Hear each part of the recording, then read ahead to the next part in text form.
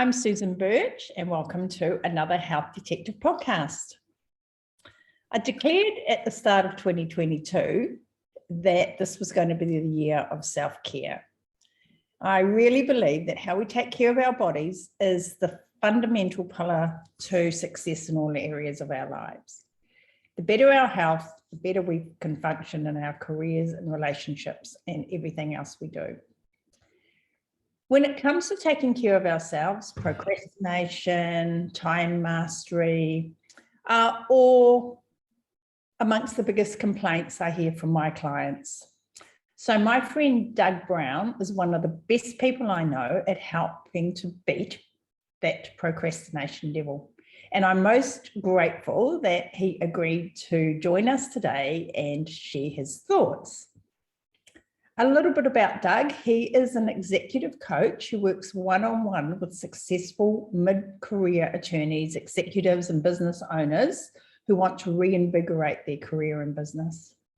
He's a lawyer turned entrepreneur, educator, business builder, and fixer. And over the last 25 years, he's helped create and turn around multiple 7- and 8-figure businesses, from law practices to not-for-profits and international companies.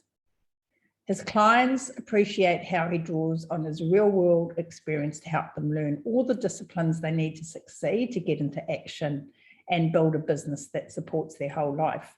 And I'm really grateful today to Doug, because Doug is going to draw on that experience for us and help us translate that over into how we can take better care of ourselves. So welcome, Doug. Thanks so much for coming along. Hi, Susan. Thanks so much for having me. I'm really looking forward to our conversation. Yeah, it's going to be a really great one, I think. So let's start with an overview of why self-care is so important in every aspect of our life, and why that is a fundamental pillar for success. Susan, I learned this the hard way as I was coming up through my time as a lawyer in private practice and then in-house counsel with growing businesses. And I'm a very service-oriented person. So I was always focused on taking care of other people, turning around their businesses, helping their careers, supporting my family. And it wasn't until much later in my career that and I guess as I was coming up through the 90s and the 2000s, self-care was kind of, at least coming up as a lawyer, self-care wasn't a thing you did, right? You just pushed through. And now with the life experience that I've had, I realized that my ability to serve other people was directly related to how I took care of myself. And that this notion that I will take care of myself when I'm done taking care of everybody else not only was harmful to me, but it eventually decreased the capacity to help others and do the work that I was meant to do, and meant I wasn't doing it as well. So self-care is not just essential for your physical health and your mental health, but to do the work that you were meant to do, you've got to make taking care of yourself in concrete, tangible ways just as important as taking care of your best client. And when you procrastinate about that, you're not doing yourself a service. You're stuck in the illusion that you're doing what you should, and you should be just toughing it out. And you don't see that the quality of work that you're doing, or the quality of the relationship you're creating, gradually declines over time. I know I've experienced that myself at various points, in my career. And I can remember a few years ago, I'd had a head injury and I wasn't feeling that great. And gosh, my ability to take care of myself wasn't as high as it normally was. And gosh, my interactions with my clients, I'm very grateful that they put up with me. I look back now and I think, oh my goodness. Yeah, when I even look at the businesses that I wound up, coming in to work on and fix. And now with the benefit of hindsight, you look and you see when people start treating other people badly and micromanaging and not being clear about what they want and not providing the best customer service that they could, or whatever it is, that there's an element of the how you care for yourself is how you care for others. And the scary thing is when you're in it, you can't see it. You can't fully appreciate how the thing that you grew up with coming in as a lawyer, and I know physicians are like this too, right? You just work from the moment you get up to the moment you pass out. You get up and do it again 7 days a week, as if that's even possible. And you become accustomed to that without realizing the price you're paying until something happens. Yeah, and then it pays that toll. And we have this funny sort of little connection with it as being selfish, Yes. I'm Yeah. being selfish. And, I want to say I'm quite proud of my young daughter-in-laws because they are really good.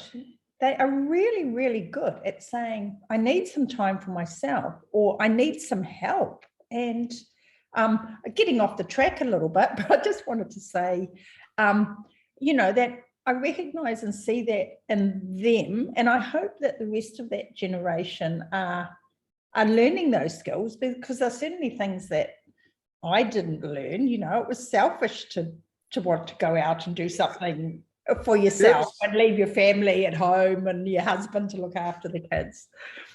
There's a real generational thing with self-care, in that those of us in our 40s, 50s and up, the boomers and the Gen Xers, we were the go, work generation. Self-care was almost like, what, you're weak, you have to take care of yourself, what's the matter, you're not tougher?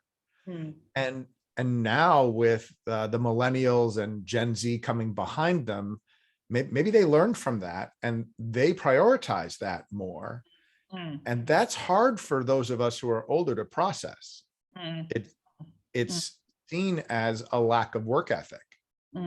And the truth is probably somewhere in the middle. And I think that for those who are listening to this show, the first big idea is give yourself permission to take care of yourself. Yeah. And it's not a failure. It's not a weakness. I when I talk about this through my epiphanies over the last couple of years, it's that self-care isn't selfish. It actually increases your capacity to help others and do the work you were meant to do and be the person you were meant to be, and the parent and the spouse and the friend and the colleague. And you have to use good strategies for it, because some things masquerade as self-care that are not. They're like, it's their escapism, but it's not giving you the recharge of your batteries that you really need with quality self-care.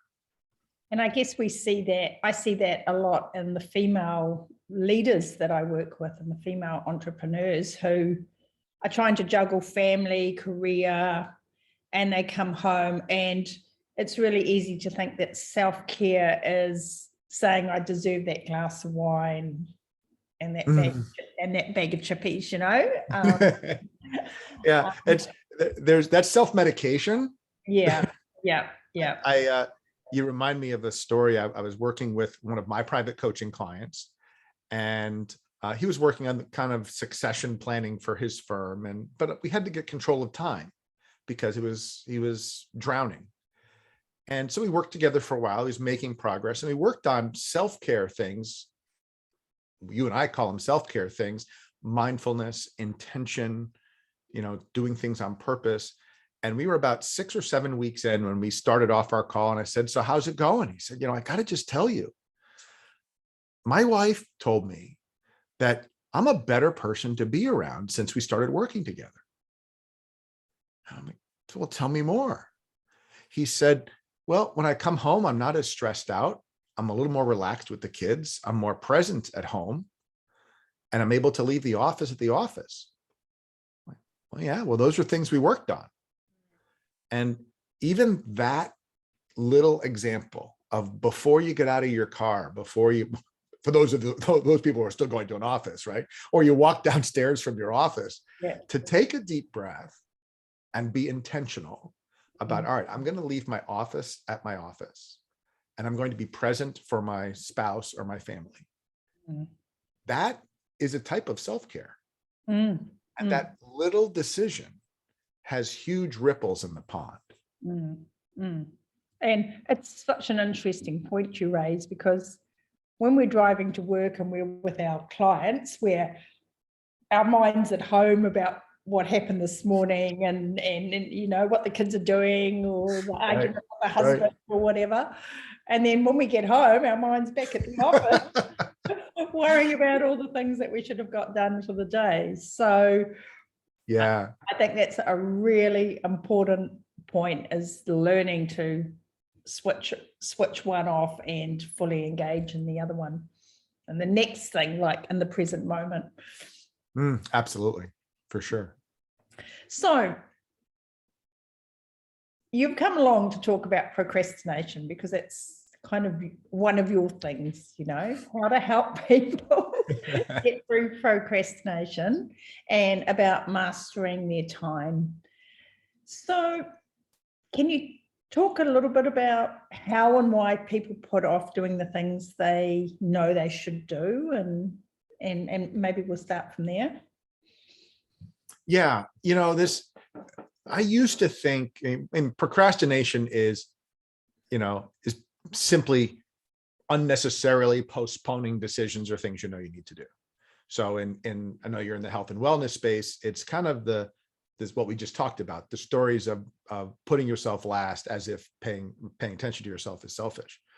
And when I think about procrastination, I used to think, back in my younger days, that it was a matter of willpower or motivation or discipline or self-control.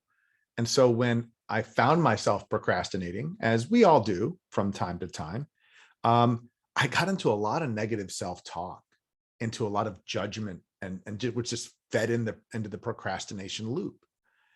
And when you read the science about procrastination, there's a lot more to it than willpower, motivation, or discipline, and just powering through it. Because there are things that happen in our world and in our chemistry and in how we process information that undermines our discipline and our motivation. So, obviously in the 2020s, the pandemic, anxiety, fear of success, fear of failure, it's unpleasant, I'm not interested in it, I'm exhausted. I don't know what in our culture that we have, I need immediate gratification on everything. So this is something that I'm going to get feedback, or I'm going to get a reward for 6 months down the road. And the way we're always continually paying attention to everything, we're kind of conditioned for faster feedback. So when we find ourselves procrastinating, there's a whole bunch of reasons. Maybe we have abstract goals. We're not really sure how the activity that we think we're supposed to be doing connects to the bigger picture. It's like, well, I'm going to wait for a better option. Or if I can't do it perfectly, maybe I shouldn't do it at all. Perfectionism is a huge part of procrastination. Yes. What if I fail? Or even scarier, what if I succeed? What if I succeed in growing my business? Or what if I succeed in losing the weight or caring for myself the way that I'd like to? What will people think of me? I have discovered that there's chemical things in people who have either diagnosed or undiagnosed ADD, ADHD, depression. They have a different operating system where it's very interest-based. So if it's not an interesting thing, you lose interest, and the stuff that's important but not that interesting gets kicked down the can. the can gets kicked down the road a lot. So there's all kinds of reasons why, many of which are not, I think the big idea I want to share with this is it's not failures of character any more than somebody who has is burnt out or overwhelmed. Burnout, the WHO, the World Health Organization, defines burnout as prolonged periods of stress without effective coping strategies, or something like. I got that close to being right, I think. So if you find yourself procrastinating, it's useful to kind of get curious about, well, why is that happening, as opposed to getting judgmental. I really love what you've just said there, and I'd like to unpack that a little bit because, you know, I can be quite a procrastinator myself. And, you know, yesterday I had a new client who came in and said, you know, she said all those things that you just said. I need more willpower. I need more self-discipline. I need this. I need to be that. And they were all judgmental and kind of negative self-talk things. Mm-hmm. And I love that you touched on that our vision isn't clear enough, and understanding why we're doing it isn't clear enough. And I know for me that solution to my procrastination is being really, really clear about why I'm doing something, but not just why I'm doing it, but actually how I'm going to do it. And although that may change and it's fluid and, you know, it depends on a lot of things, I think that is really important to be able to hold, so that then we can just keep taking those small steps forward. Yeah, well, you know, as I have thought about this and many other challenges, I've found kind of something from my speaker school, a concept that applies. And it's actually a concept from improvisational theater, is that the first step, and the reason improv works, is because when someone's handing a bit or a line off to the next person has to accept it. Not that it's acceptable, but that it is a fact. Yeah. So this idea that, okay, I am procrastinating, it is a fact, and I'm going to give it a label. I'm going to call it what it is. So now I can get the judgment out of the way.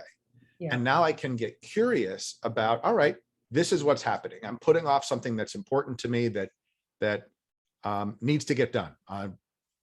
For some of my clients, it's billing your clients or calling up on accounts receivable.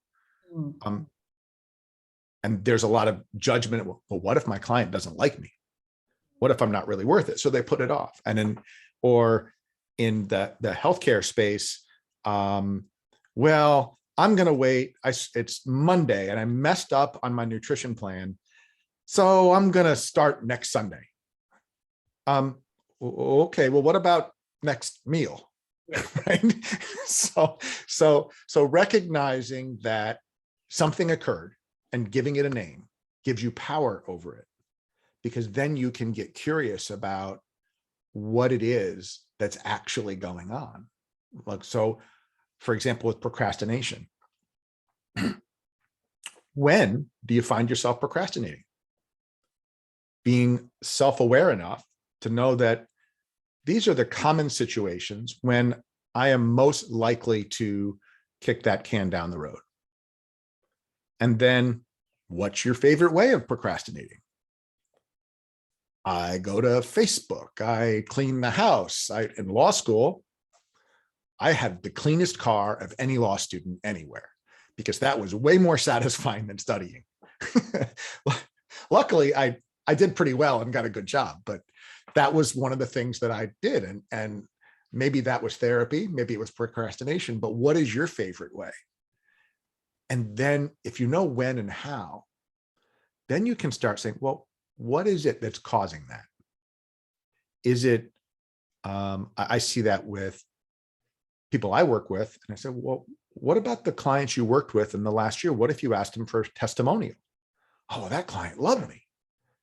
Yeah, I'll do that. And then 2 weeks goes by. Did you do it? No. Why not? So we try to unpack it. There's some anxiety about whether they really did a good job. What would that person say? And then inevitably, when you finally make the call, that person's thrilled to hear from you. They give you an amazing review. And then you have to have the courage to put it out into the world. That makes sense? Yeah. So for the health, in the health space, there's so many, why do you procrastinate? Well, I don't feel like running. Okay. Start anyway. When is it you feel like you procrastinate and go to the gym? Well, it's going to rain tomorrow. Okay. How do you procrastinate? Well, I do nothing instead. All right. Well, why is that? I don't want to get wet. Well, then go to the gym or do something else. I know that seems kind of silly, but well, I mean, that's what I teach. Just walk on the spot in the lounge, or do some push-ups or some squats or something. I know for me, I really don't like exercise, and people are always amazed that I'm always say how much I don't like exercise, because I've been exercising, since I was 20. And for me, I hate it. Like every day, like my whole day, my mind is looking for a reason not to do it. Like, why can I not do this? And then I make myself, I don't know. I think I've developed the habit now. And people say to me, why do you do that? And I go, I do it for the self-discipline more than I do it for the exercise, actually.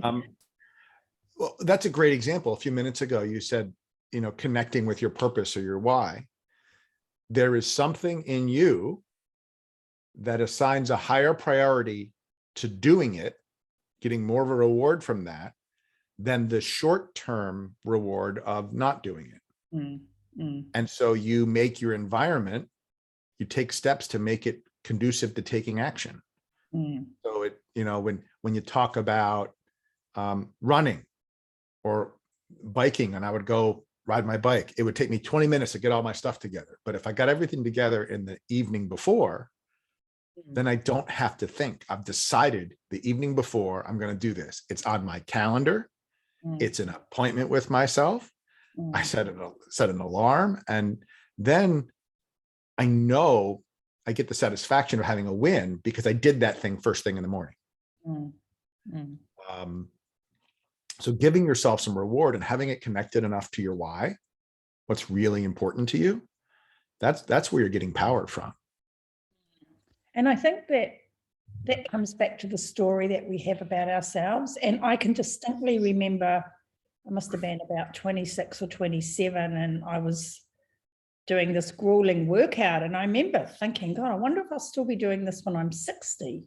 And I kind of had this feeling that my story about myself was that I would do that for my whole life. And so because that's that story that's been quite powerful for me, that I'm an exerciser, that's helped me to overcome the fact that I'm not particularly talented at it, or very, and I was never very well coordinated.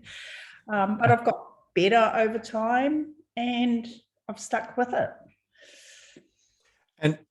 And that's so important when we procrastinate. In part, the solution to that, once you get curious, is by taking consistent action so that the thing you're doing becomes a habit. And we have lots of habits, most of which come about accidentally. The habit of having the glass of wine, of having to have the glass of wine when I come home every day. That's simply a habit. So being intentional about creating the new habits and setting yourself up with small milestones that you can achieve. And that's the problem with New Year's resolutions in health. Resolution is starting from a negative place. I have to fix myself, so I'm making a resolution. And I'm going to run 4 days a week, whatever, for 52 weeks. Then one day you miss it, and you're like, oh, well, whatever. But I think if you look at it as an intention, it's my intention to establish this habit. Yeah. And break it down into smaller milestones for a day, 2 days, a week, and recognize that the times that you fall on your face, it isn't a failure. It's part of the journey. Dust yourself on and keep going because you're trying to establish a habit. And focus on one of the things at a time. Because one of the causes of procrastination is being overwhelmed. There's so many things to do, you can't decide what to do first. So you do nothing. That's the irony of it. Yeah. I mean, the brilliance and the simplicity of that is actually really good. And I hope everyone will take a few moments to just really think about that. And, that's what we were talking about a little bit earlier about you've got your vision, you've got your why, you connect and adhere to your why.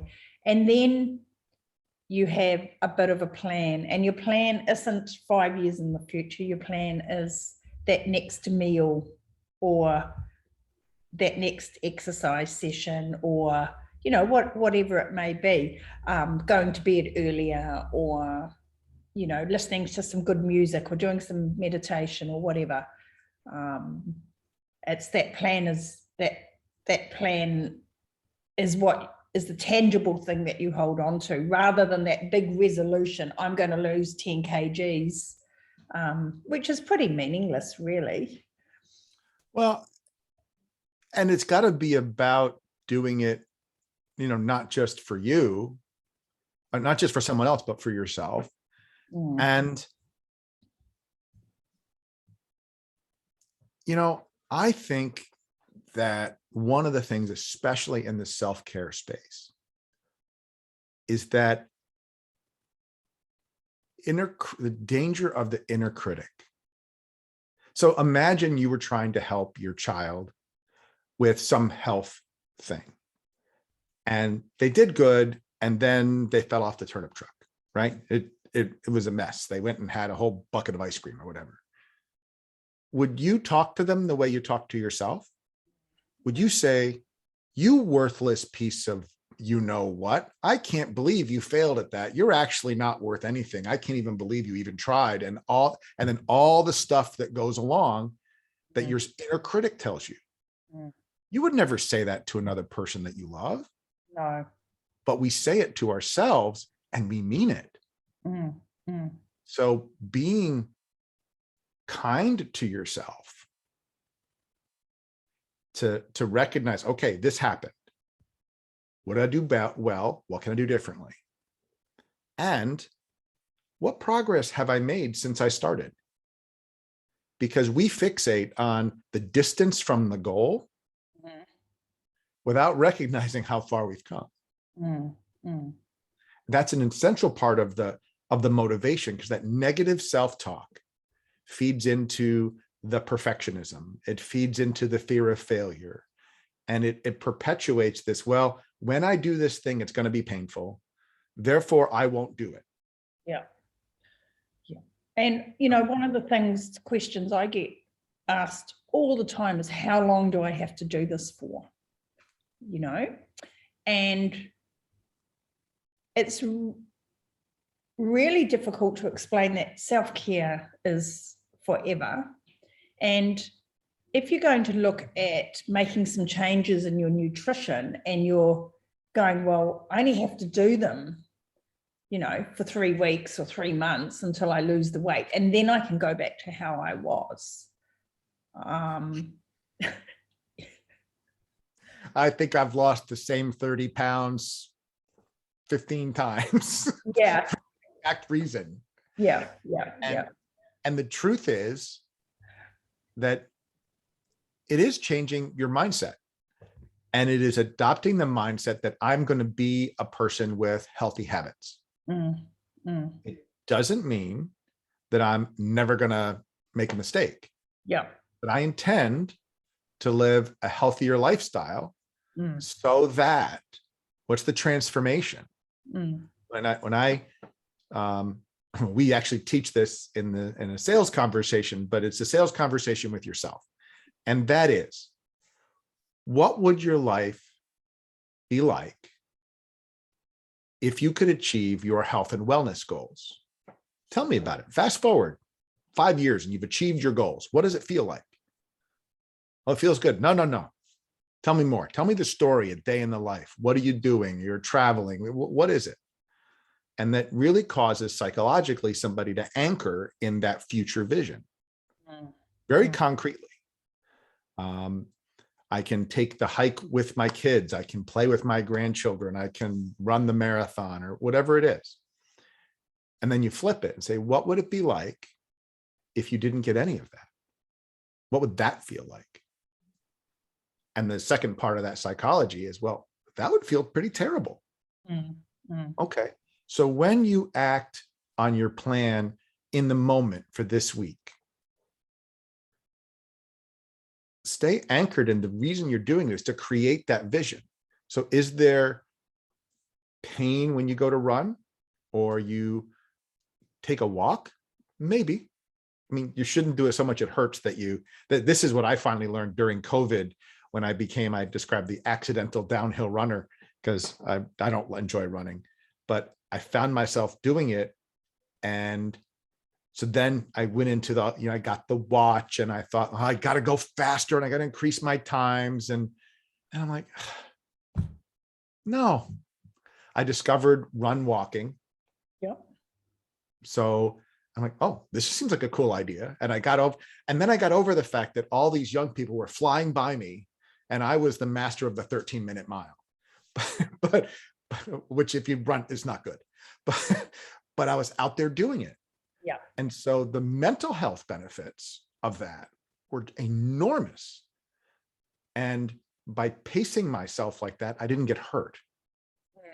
And I was able to more listen to my body. And maybe it was having a 50-year-old brain that was like, don't be an idiot, try to prove anything to anybody, just do it. Yeah. But I was developing that habit. And then those days that it was raining, I'm like, well, but I already decided to go. So I'll go anyway. So I'll go anyway. So it's the keys and the reason we there's lots of reasons we procrastinate around, whether it's about our business or about our health. But when you set some simple concrete deadlines that can give yourself a win, you create small actionable steps, you work on mindful awareness to say, oh, wait a minute, I'm procrastinating again. I'm about to be triggered to procrastinate. What should I do differently? Then you start to get control over that. And this just popped into my head, but I have to say it, is don't make the mistake of waiting for motivation to act. I'm glad you raised that. You have to act and motivation follows. Yeah. And I mean, that's certainly what I've learned over the years, with my own personal exercise regime, is if I waited for motivation, I would never have done a workout, because I don't want to belabor the point how much I detest it, but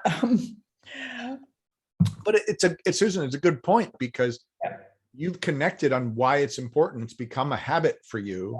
Yeah. And you've actually flipped it from, even though I don't like it, if I stop doing it, that would be inconsistent with my values. Yeah. So that makes it painful to not do it. And then now that I'm older, the benefits, of course, are huge, because it's been a huge investment in myself. But, now I'm in my 60s and I look, and see other people or other women who haven't put that investment in themselves. And it's great, I feel good and I can still do things and I'm still strong, and, so it's been really it's been worth the effort. But it's what you were talking about before about the immediate gratification, or the gratification is down the road and we can't see it. And for those people who are dealing with attention and issues with attention and depression and those sorts of things, they I know from experience struggle with rewards that are in the distance. So if that's, first of all, if somebody is suffering with that, it's, I learned the hard way is that believing that you can just power your way through those issues all by yourself without support isn't self-care. Self-care includes asking for support from an appropriate professional, because maybe they can tone down the symptoms so that you can then feel more in control and stop procrastinating.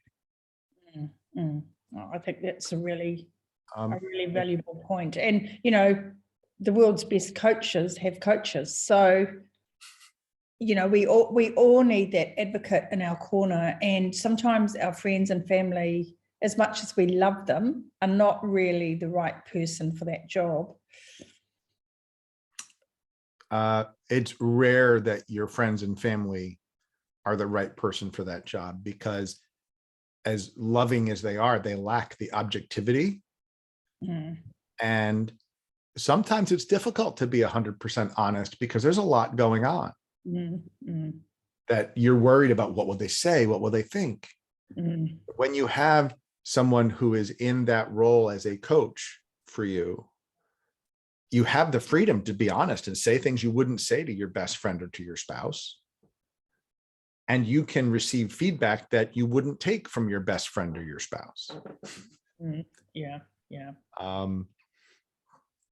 And if you just create, if you know in your mind that you get easily distracted and that causes procrastination, then figure out how to work in little sprints where you make it a game and say, I'm going to try not to be distracted. I'm going to decide not to be distracted for the next hour. I'm going to try to get into the zone for the next hour.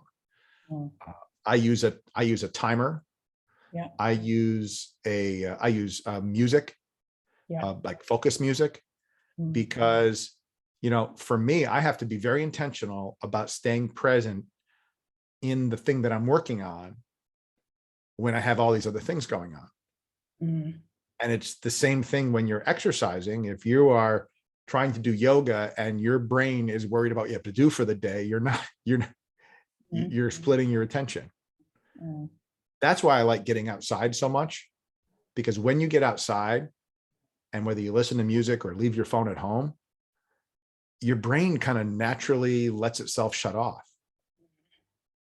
And I don't know the science behind it, Susan, but I know that your brain consumes an inordinate amount of your physical energy. Yeah. And if you don't give it time to reset, you wouldn't run a marathon and turn around and run back. You'd say, I got to rest. Yeah. So. And, if we look at our sort of ancestral, our evolution, we're really wired for lots of, getting into that parasympathetic nervous system state, rest and digest. And if you look at the animal world, I've got these two big dogs that just love exercise and need a lot of it. But gosh, they just lie around and sleep the rest of the day. They're not worried about their performance, but, when it's like, let's go for a walk, do you want to walk? Well, they're up and they're at it. But, there's this innately wired to recover. And that's something that's super important. And the self-care process is that recovery. It's so important. We are programmed, at least in the United States, we seem to be programmed, maybe you guys too, that that you must be doing something all the time. But if you're not doing something all the time, you're doing nothing, and doing nothing is bad. So you don't want to do bad things. So you stay active, quote, active. But you're right. We need to rest. Sometimes doing nothing is exactly the thing that your brain and your body needs. Sometimes self-care isn't going out and running until you pass out. It's recognizing that your body and your brain need to rest.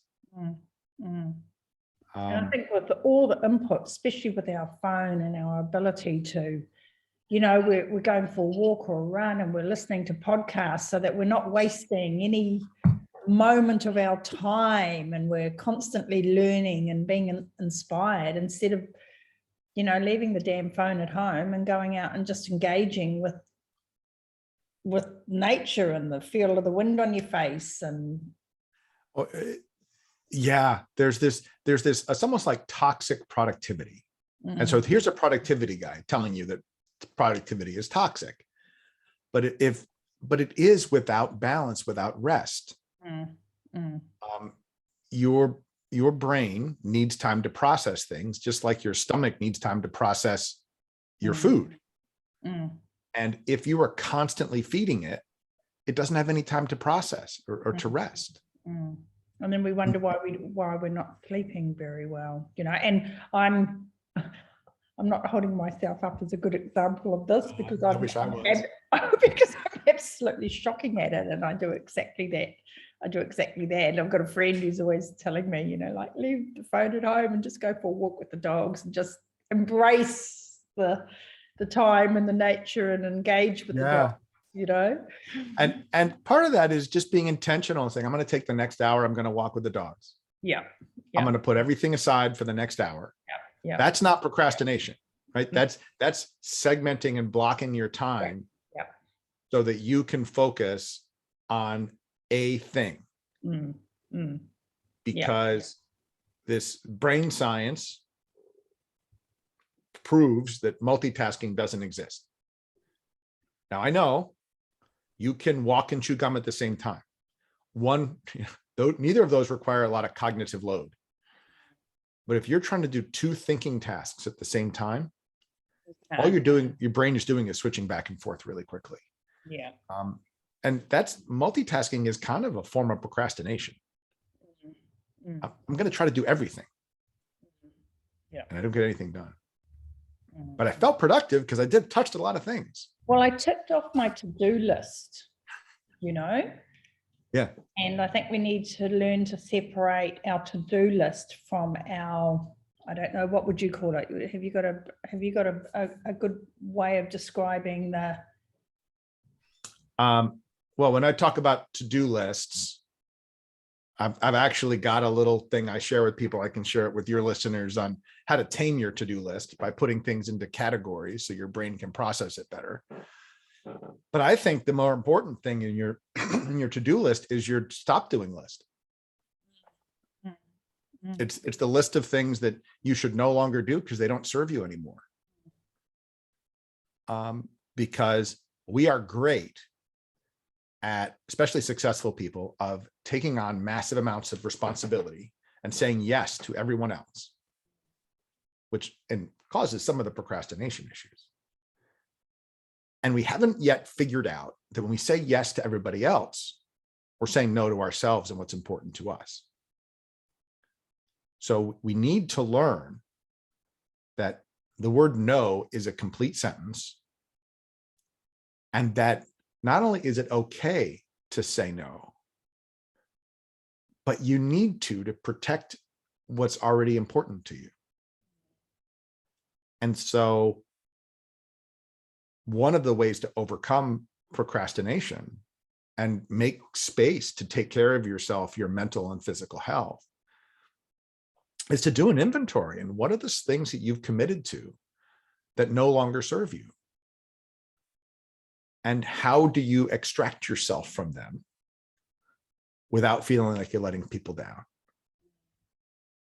And I think, you know, that raises for me some thoughts about respecting yourself, and then as you learn to respect yourself, others will respect you, you know, like you kind of hold that self-respect. And, you know, we were just talking then, it brought me back to my daughter-in-laws who will say no. And I'm from them, I'm actually learning to say no, like, and how people take your no is actually up to them. It's not up to you, but you know, you just have to be truthful and say, no, I just can't do that at this time. Yeah, I've got, that's something else I can share with your listeners. I actually wrote a little piece on how to say no without being negative. Because if you've been on a board for a long time, you've been a volunteer for a long time and you want to step away, excuse me, there's this fear that what will people think of me? And they need me. So I can't ever step down. But there's a way to do that, words you can use that honor your commitment and everything you've done and create space for someone else to step into that role. And it, you know, I share this with my coaching clients too, when they're having to say no to certain things. And there's almost always this rationale of saying, well, that's not something I can do. Because, and then they create this big story as if they need to justify to the other person why they can't do it. That's rarely necessary. I had a female client who was sharing horrifying stories about people and lack of boundaries. And we were talking about how she should articulate, say to a client, that that behavior was not okay. And we had this conversation because she wanted to, it's not okay because this, and that, or because you don't need to explain why something is so obviously is not okay. So if you want to step away from a commitment and you want to say, this is not a commitment I can take on, or I can't be doing this, or I'm going to decide not to do it because it just doesn't work for me right now. That's as far as you have to go on because. And I know when people say no to me, I don't get angry or annoyed or think, oh, you're selfish. I just think, oh, they can't do it right now. That's okay. I would rather, you know what, Susan, I would rather have somebody say no to me. Yeah. Than to say yes and not do it. Yeah. Yeah. Or not be into it. Or do it grudgingly and not do it well, or, you know, do it full of resentment. So this comes up for self-care too. And I'll use self-care as an obligation. Say you've got a family obligation to go to a trip with a child or some such thing. And a client says, I need you to do this. That's the time when you say, I can't do it that time. I have another commitment. So we're going to have to adjust it. We both great friends with Walt Hampton. He said this one time, a judge told him, because we're both recovering lawyers, so we tell lawyer stories. Judge says that you're going to have a hearing on this particular day, and he had a trip planned. Now Walt, so you know what his answer was going to be, which was, I'm sorry, I can't do it that day. The judge was, okay, what other day can you do it? Yeah. And the trip would be climbing a mountain or something. Of course, it would be climbing. But the principle is, just because somebody asks you to do something on a particular time, even somebody in authority, doesn't mean you can't say no and have the conversation. So there are behaviors that we tolerate in ourselves and situations that allow us to procrastinate. And those are some things we have to recognize and just say no to them. I'm just not going to allow myself to go down that road. And whether it's cleaning off your desk so the clutter isn't right in front of you. Yeah. If it's setting a timer and playing a game to say, can I actually stay focused for this 45 minutes at a time? Is saying yes to yourself, and it's saying no to all the stuff clamoring for your attention. Which, by the way, if your listeners haven't already done it, do the work and turn off all the notifications that your phone and your computer and your iPad and your home device bleep at you every day. Yeah. because those are things clamoring for your attention. And every single time they go off, you lose 20 some odd minutes of productivity. Because even if you don't check it, your brain is now wondering, what was that text about? I have to put my phone, I put my phone on airplane mode and I put it away in another room, because I found sometimes when I was working, part of my thinking strategy was my phone sitting there, and you know how you sort of go into focus and then you sort of come out of focus, and my phone's sitting there, and I end up picking it up and like scrolling through my emails or my, Messenger or my messages. And I'm like, oh my God, like, and I think I didn't grow up with that technology, and look how addicted I am to it. So, what about my grandkids and things like that? But anyway, that's another story. But I have to go put it away in another room and turn it off. Yes. And it's difficult to do because we don't want to miss out on anything. But recognizing that that's a thing, right? That's a strategy that I need to do that for a period of time so I can complete this task. You're not going to forget to check. Yeah. Oh, there was another point I wanted to make and I forgot what it was, but we'll come back to it. But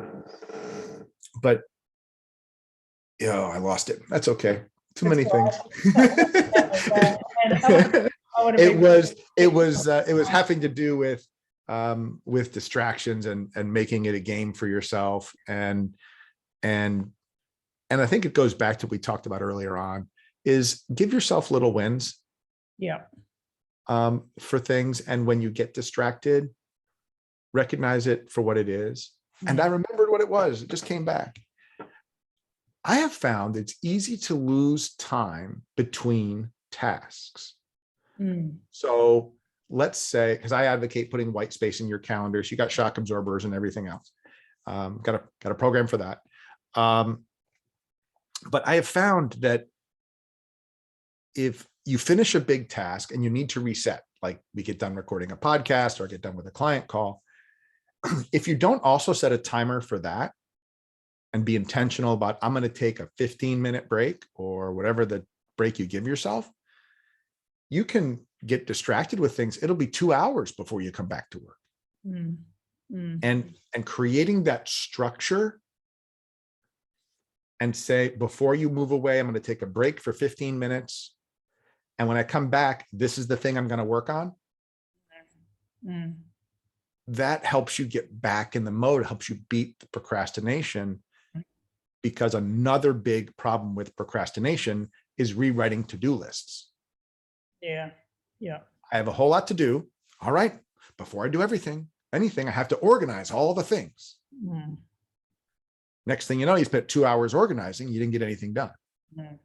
So even saying, I'm going to spend 15 minutes on my organizing my to-do list or my workspace, and then I'm going to start with the top thing. That's making a commitment. It's making a decision, and it's giving you a micro win when you spent the 45 minutes on the thing. And what about celebrating? I know in studying neurochange, there's a whole lot of importance about,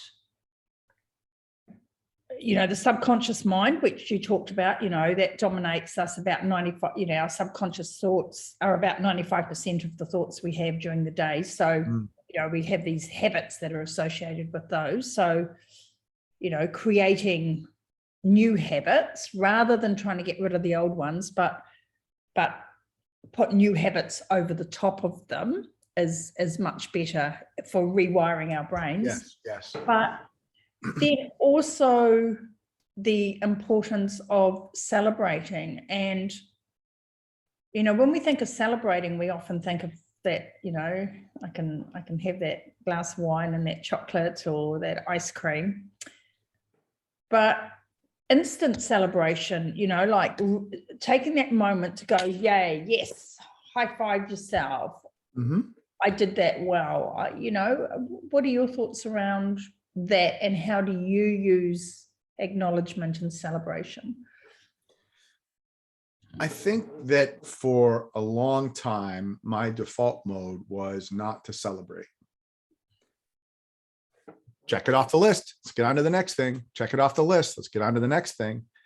And I almost felt like celebrating that's a waste of time.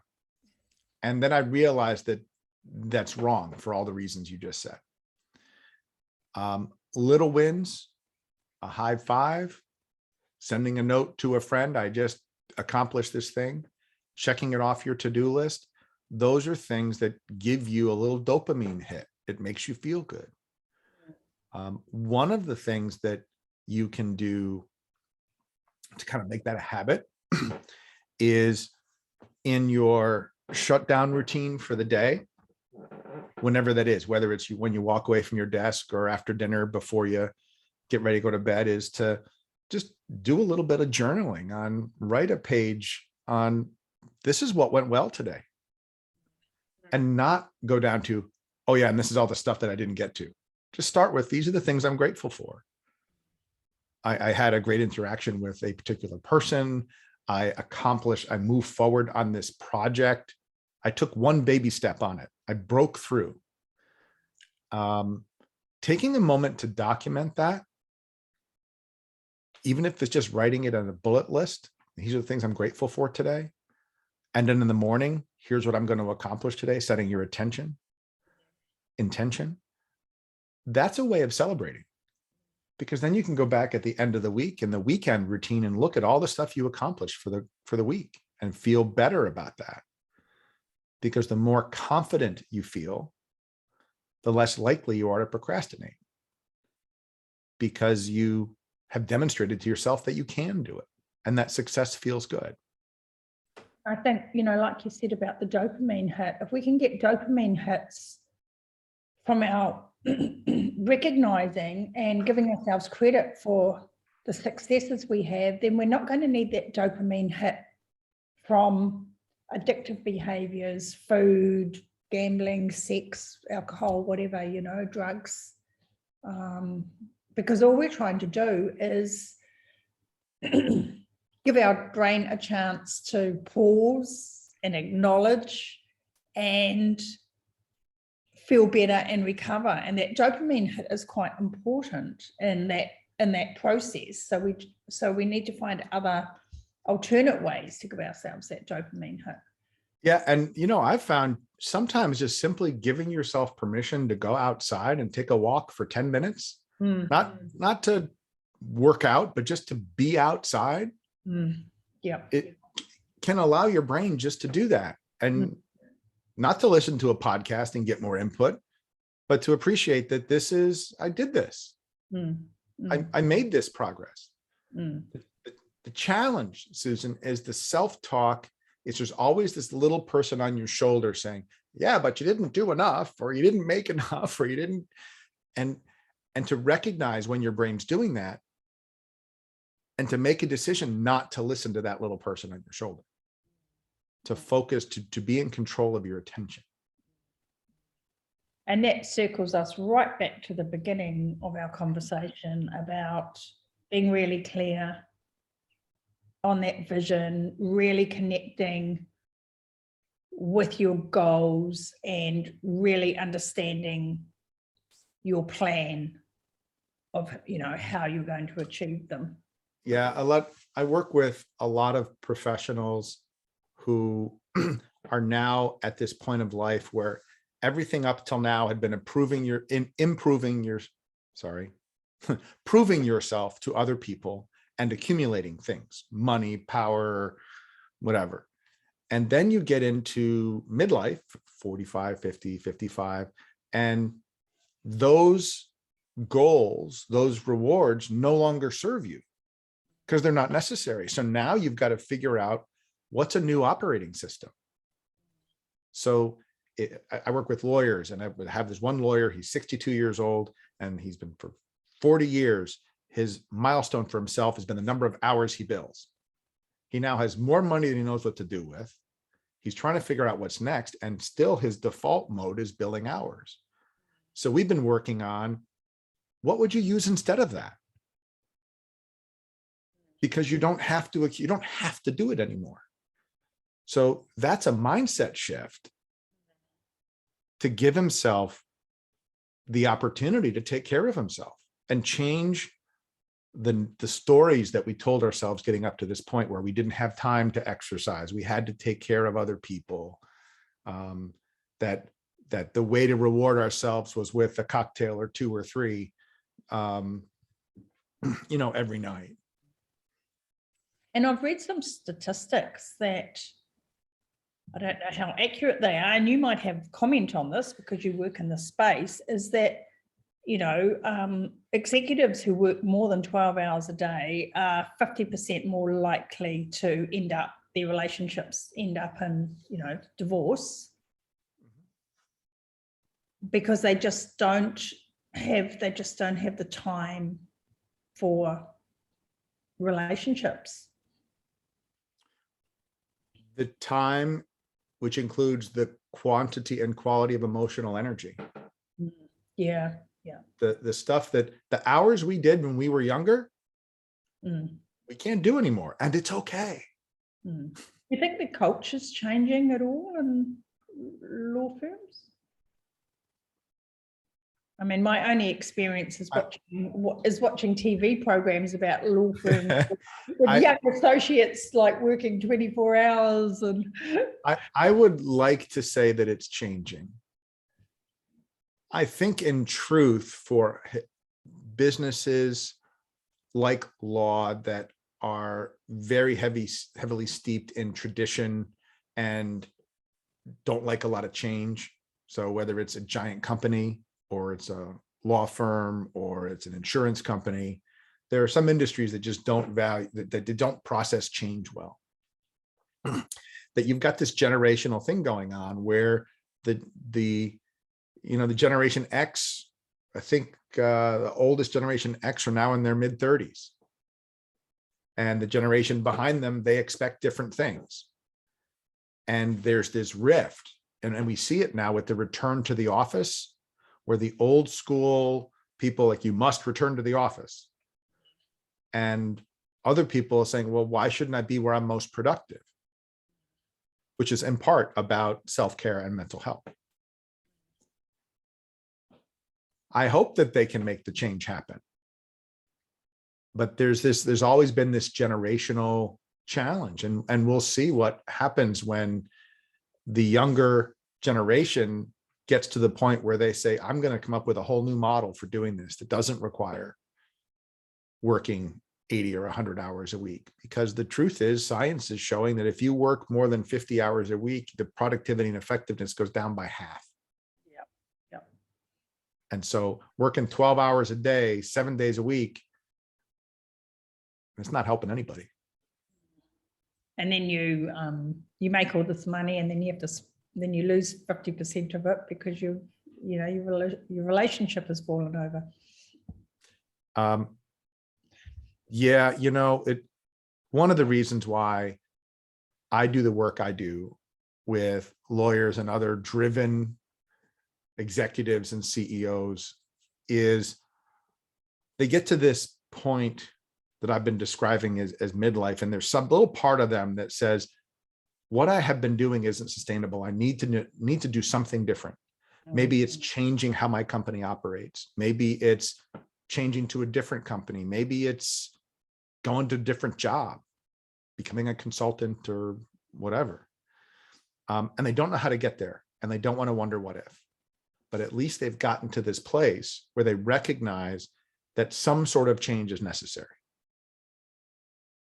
And what they need is somebody to help themselves, give themselves permission to explore, to identify what the options are, just like you help them identify what their options are for their physical health, and then to help them implement. And I don't want anybody, nor do you, to go to reach the retirement age or whatever, and then look back and say, boy, what if I'd done things differently? How many regrets? Yeah. And I've been fortunate to have this journey where I've gotten to make lots of change and become really good at it. And there are people that need help with that. So whether it's talking about, even this whole topic about taking care of yourself and procrastination, excuse me.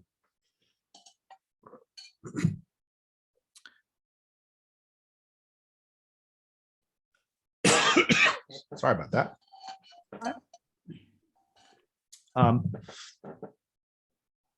If you're a professional, you decided in your 20s to be a professional and to go and do that thing. Or even if you're not a professional, you've built a business, your life has given you habits over 20 or 30 years.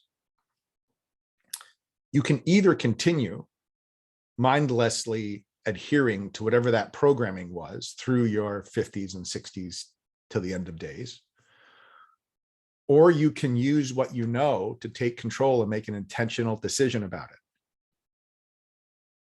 Procrastinating on that is probably the biggest danger for people who are in that phase of their life, because 1 year becomes the next year, becomes the next 5 years, becomes the next decade, and they never got around to it. Something else was always more important. And then when they finally recognize that it's necessary, they wish they acted sooner.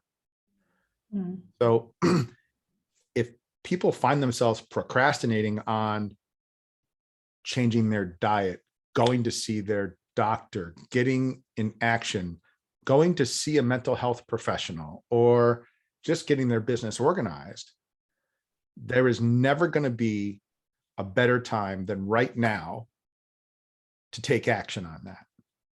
If you procrastinate a month, you'll be a month older. Or a year, you'll be a year older. And those habits will be a year or a month stronger. Mm-hmm. And I'm out passionate like you are about this, because that's not what we want for people. Mm. Amazing. Thank you, Doug. I've taken well over an hour of your time. Oh my gosh, we went long. It's great. I could talk to you for another hour. I know, there's so many things that we could talk about, but I really, really appreciate the insights and the valuable content that you brought today, and supporting 2022 as the year of self-care. So absolutely. And I'll give you a link in the show notes if people want the how to tame your to-do list, or the how to say no without being negative and other things. So I'll put a link in the show notes. Did you have a time mastery, something on time mastery that you'd be happy to share as well? Yeah, we have some time mastery resources as well. Happy to share.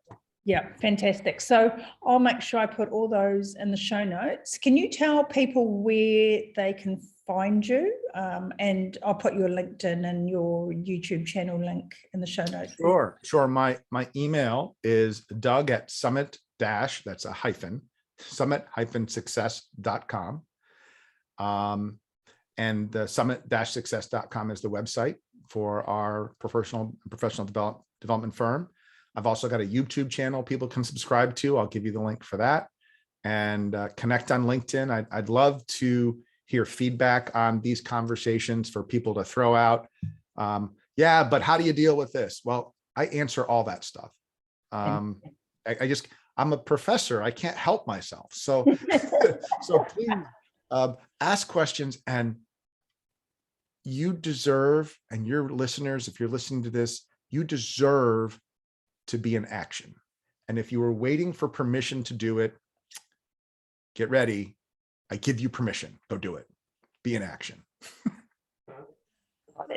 Thank you, Doug. That's wonderful. And I'll share this podcast link with you, and we'll be able to get it out on LinkedIn and social media and everywhere else. Thank you. Thank you so much for your time.